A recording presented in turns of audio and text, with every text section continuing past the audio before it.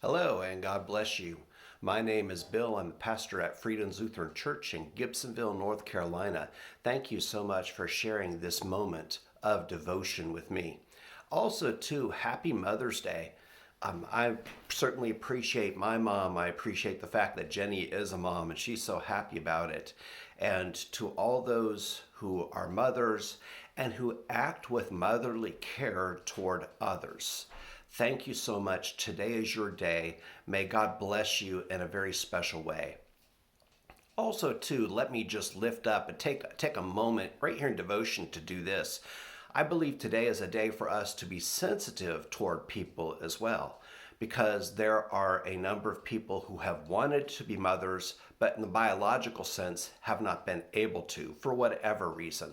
Oftentimes, those folks become mothers.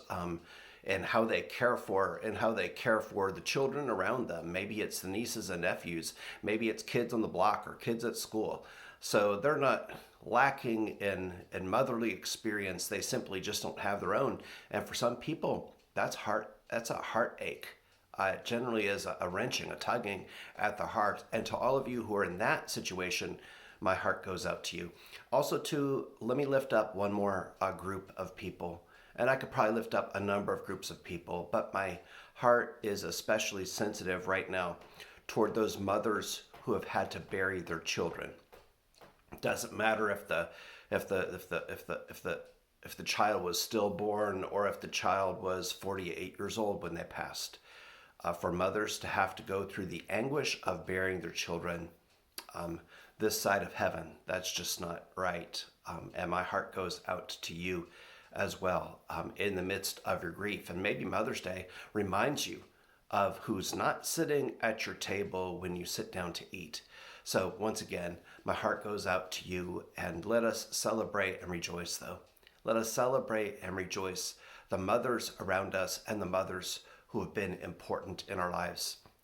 Sorry, I just thought of one other group of people. Those of us who've had mothers pass.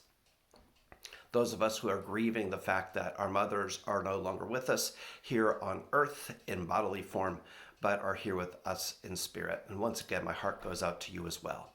Okay, on to what I was thinking about.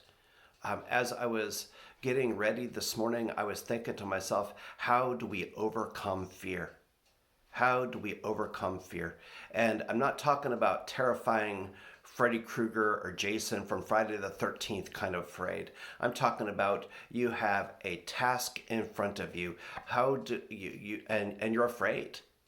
It's something you don't want to do because you're not sure of the outcome. You're not sure how it's going to affect people. You're not sure how people are going to respond to it. Maybe you face rejection for some reason.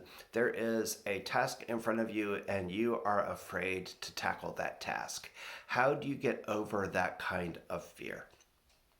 Well, as I look at Jesus and his life and his ministry, I imagine that there were times when he was very afraid of the task at hand. That certainly shows in the Garden of Gethsemane when he's praying, Father, if you can take the cup of the cross, the cup of bitter suffering away from me, please do so. But not my will, but yours be done. That's what Jesus prayed, and that was a moment of fear, of great consternation. So Jesus faced fears, but how did he get over his fears? I believe that's where purpose comes in. When our purpose, our mission, so to speak, but our purpose is larger than our fears, we can move forward with courage. We can move forward in faith. So purpose has got to be larger than our fears for that to happen, for us to conquer our fears and do the very things that God is asking us to do. And as I was thinking about that, I was thinking of Acts chapter 5. Peter and the disciples are preaching in the synagogues, preaching in the temple, claiming the name of Jesus. And they are talking about him as died and having risen from the dead. And they are bold about it. They're called in front of the Jewish court at the time called the Sanhedrin. The Sanhedrin commands them, stop speaking in the name of this Jesus. But what do? They keep on preaching. They call him again, stop speaking in the name of this Jesus. This time they flog them before sending them out. And what happens? What do these apostles do? Well, here it is, right? Here it is. They, meaning the Sanhedrin, this Jewish court, were convinced by him, a fellow named Gamaliel, a very famous Jewish rabbi, who convinced them to say, hey, don't kill them, but simply, if it's of God, this thing is going to die out. So the court, were convinced by Gamaliel, and when they had called in the apostles, they had them flogged. Then they ordered them not to speak in the name of Jesus and let them go. As they, meaning the disciples, left the council, they rejoiced that they were considered worthy to suffer dishonor for the sake of the name. And every day in the temple and at home, they did not cease to teach and proclaim Jesus as Messiah. Their purpose was larger than any fear the Sanhedrin could put in front of them. May God bless you today.